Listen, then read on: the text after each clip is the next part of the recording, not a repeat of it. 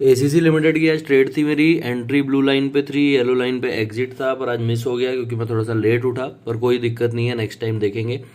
अगर ऐसे ही simple trading pattern follow करोगे, रिस्क मैनेजमेंट फॉलो करोगे, तो देखो जिस तरह से आज मुझे विन मिलने वाला था वैसे ही तुम्हें भी मिल सकता है। अभी ध्यान दो तुम चैप्टर 3 पे, जो आज हम सीखने वाले हैं, जिसमें हम सीखेंगे कि कौन कौन से स्टॉक पे तुमको एक्चुअली ट्रेड करना है और कौन से में नहीं करना है, और कौन सी कंपनीज कैसे बाइफरकेटेड है या किस तरह से सेग्रीगेटेड है स्टॉक मार्केट के अंदर।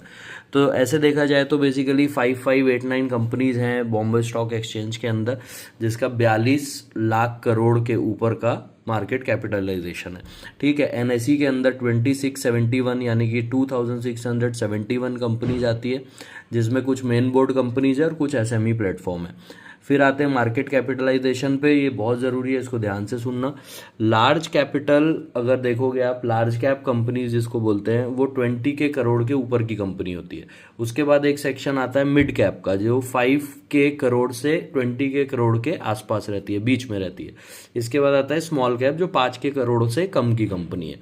ठीक है, इसमें बेसिकली ज़्यादा दिमाग नहीं लगाना है आपको, सिर्फ ये ध्यान में रखना है कि जब भी तुम ट्रेड ले रहे हो स्टॉक्स पे, स्विंग ट्रेड ले रहे हो या फिर इंट्राडे ट्रेड ले रहे हो, जो हम सीखने वाले हैं आगे, ठीक है, उसमें तुम्हें मिड कैप स्टॉक्स को ही पकड़ना है, क्योंकि उसमें ग्रोथ की पोटेंशियल ज़्यादा होती है और ये एक बीच का स्टॉक होता है, ना ज़्यादा रिस्की होता है, ना ज़्यादा ऐसा होता है कि जिसमें मोमेंटम ही नहीं मिलेगा।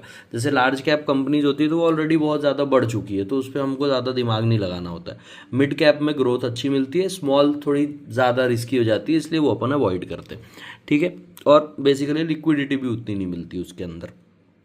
तो ये चीज़ें तुमको ध्यान में रखना है, अगर इसको तुम ध्यान में रखोगे तो तुम अपना पहला स्टेप चल पाओगे स्टॉक मार्केट जर्नी के अंदर। इसके अलावा निफ्टी 50 इंडेक्स के अंदर देखोगे तो 50 लार्ज कैप कंपनीज होती है, सेंसेक्स के अंदर में 30 लार्ज कंपनीज होती है। अब सोच रहे होगे ये क्या होता है, तो निफ्टी जो इंडेक्स है वो एक तरह से दिखाता है इन 50 कंपनियों का एवरेज, ये हमारे ओवरऑल इंडियन मार्केट की ग्रोथ भी दिखाता है।